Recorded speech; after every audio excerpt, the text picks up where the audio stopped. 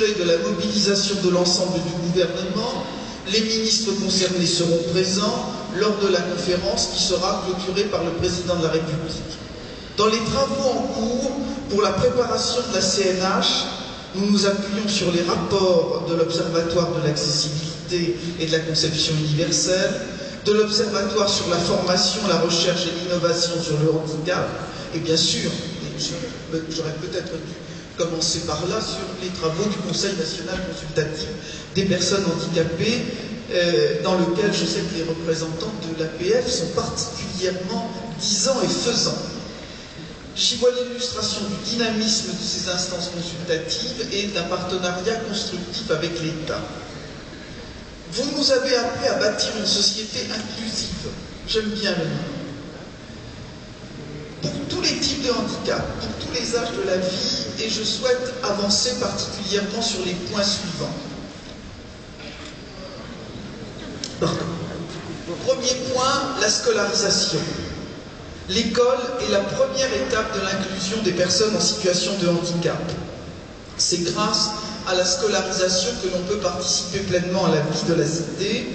Il y a des difficultés sur le terrain, comme les retards dans les attributions des AVS ou encore le manque de formation de certains enseignants qui se trouvent désemparés. Le président de la République a confié une mission au sénateur Paul Blanc pour améliorer davantage les conditions de cette scolarisation. Il va rendre ses conclusions avant la conférence pour que nous puissions intégrer dans la conférence un certain nombre de ces préconisations. L'objectif est bien d'améliorer la scolarisation des enfants handicapés au sens large, dans l'école ordinaire, mais aussi dans les établissements médico-sociaux. Autre sujet sur lequel je souhaite avancer, l'accessibilité.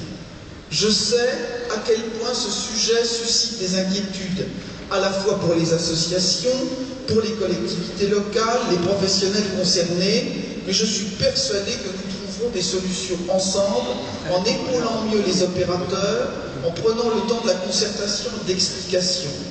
Je suis attaché à ce que l'échéance de 2015 soit maintenue, soit respectée. Et je partage avec vous cette idée que le handicap moteur n'est pas seulement concerné, mais tous les types de handicap. Et que même, elle ne concerne pas uniquement les personnes en situation de handicap. C'est un bien-être global pour l'ensemble de notre société et de ses citoyens. L'accessibilité est un des piliers de la politique du handicap. Je partage le mot que vous avez utilisé, Jean-Marie Barbier. Cet objectif n'est pas négociable. Pourtant,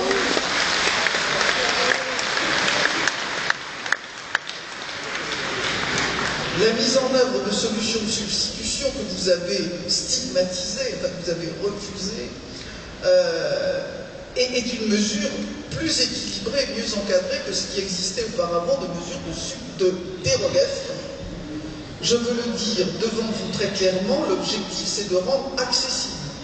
Et j'ai souhaité que la définition des mesures de substitution soit expertisée avant la rédaction du décret et en concertation avec vous et avec l'ensemble des associations représentatives des personnes en situation de handicap. En ce qui concerne l'emploi, vous avez raison, trop de personnes en situation de handicap n'y ont pas accès. Nous restons mobilisés, le Premier ministre vient de lancer un pacte pour l'emploi dans la fonction publique. Cela va donc se traduire par de nouveaux recrutements de 7000 travailleurs handicapés d'ici à 2013. Avec le ministre de l'Emploi, nous travaillons à un nouveau plan pour l'emploi des personnes handicapées, avec des mesures visant à faciliter l'insertion professionnelle. Je souhaite que nous puissions, en particulier, améliorer l'accès à la formation. Et vous savez que nous sommes en pleine négociation avec Pôle emploi pour le retour au nombre d'accompagnements prévus, comme je m'y étais d'ailleurs engagé avec vous. La question du vieillissement des personnes en situation de handicap est également l'un de nos sujets de préoccupation majeure. Certains emploient cette expression, le handicap ne prend pas sa retraite, c'est vrai. J'ai voulu que ce sujet soit abordé dans le cadre du débat sur la dépendance.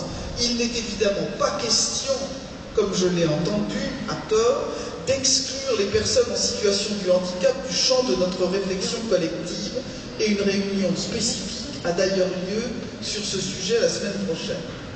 Je n'ignore pas les difficultés financières de l'aide à domicile. Nous travaillons avec les associations du secteur de l'aide à domicile sur ce sujet, à travers un groupe de travail. Son objectif est double: comprendre pourquoi certains services s'en sortent et pourquoi d'autres, pourtant au même tarif, ne s'en sortent pas, et proposer une réforme de la tarification et du financement. Je rappelle que ce financement est de la responsabilité des départements, et si le fonds d'accompagnement a été porté de 75 à 150 millions, c'est pour permettre à certains départements de faire face aux difficultés qu'ils rencontrent. C'est en tout état de cause un enjeu majeur aujourd'hui, alors que nos concitoyens expriment majoritairement leur préférence pour le maintien à domicile. Enfin, nous voulons également améliorer le fonctionnement des maisons départementales des personnes handicapées, des MDPH. Les dispositions de la proposition de loi Blanc qui va être examinée au Sénat le 28 juin, ces dispositions doivent nous y aider en contribuant à mettre fin à l'instabilité des personnels, à certaines lourdeurs dans la gestion des demandes, en apportant plus de visibilité aux MDPH sur leurs moyens. Les MDPH sont devenus les piliers locaux de la politique du handicap, et je souhaite que l'État y remplisse ses engagements. La dette résiduelle de l'État envers les MDPH sera réglée cette année. Vous voyez, les travaux en cours pour la préparation de la CNA permettront d'annoncer déjà des mesures fortes sur tous ces sujets. Vous avez, cher Jean-Marie Barbier, d'autres inquiétudes, notamment sur la trimestrialisation de l'AAH et sur le décret RSDAE. Pourquoi ce décret?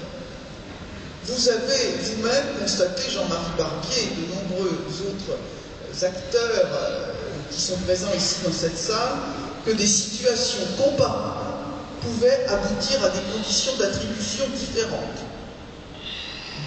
Et tout cela est absolument intolérable et contraire à l'équité républicaine. Vous en conviendrez. Ce décret, vous étiez le premier à le réclamer, veut garantir l'équité de traitement en fixant un référentiel. Il permettra en effet de donner un cadre au MDPH pour apprécier la condition de restriction substantielle et durable pour l'accès à l'emploi, j'ai traduit l'acronyme, qui est requise pour attribuer l'AAH aux personnes dont le taux d'incapacité se situe entre 50 et 80%.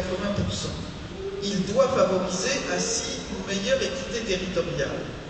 C'est à l'État d'être le garant de cette équité.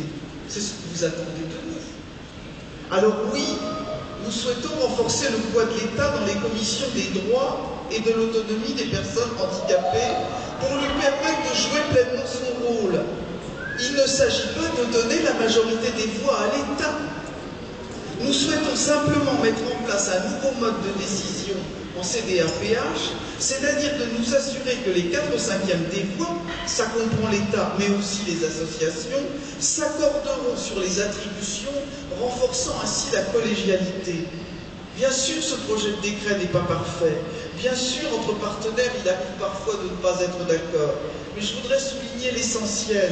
L'essentiel, c'est qu'il ne s'agit pas d'une réforme comptable qui introduirait des considérations budgétaires pour l'attribution d'âge. Et l'essentiel, c'est de continuer à avancer et à discuter ensemble. Autre inquiétude que j'ai bien entendue, la question des ressources des personnes en situation de handicap. Le gouvernement justement très soigneusement et attentivement examiné la proposition d'instaurer un revenu minimum individuel d'existence. Et s'il ne l'a pas retenu, c'est pour une raison très simple, c'est qu'il y aurait eu 40% de perdants. Le président de la République a donc historique de 25% du montant de la hache, favorable à tous. Et pour ce qui est de la compensation, comme je l'ai dit devant le CNCPH, je suis tout à fait disposé à examiner avec vous les évolutions que vous souhaitez voir apporter à la prestation de compensation. Et j'ai confié à ce sujet, vous l'avez rappelé d'ailleurs Jean-Marie Barbier, une mission à l'IGAS et à l'IGA avec mon collègue Philippe Richert en charge des collectivités locales.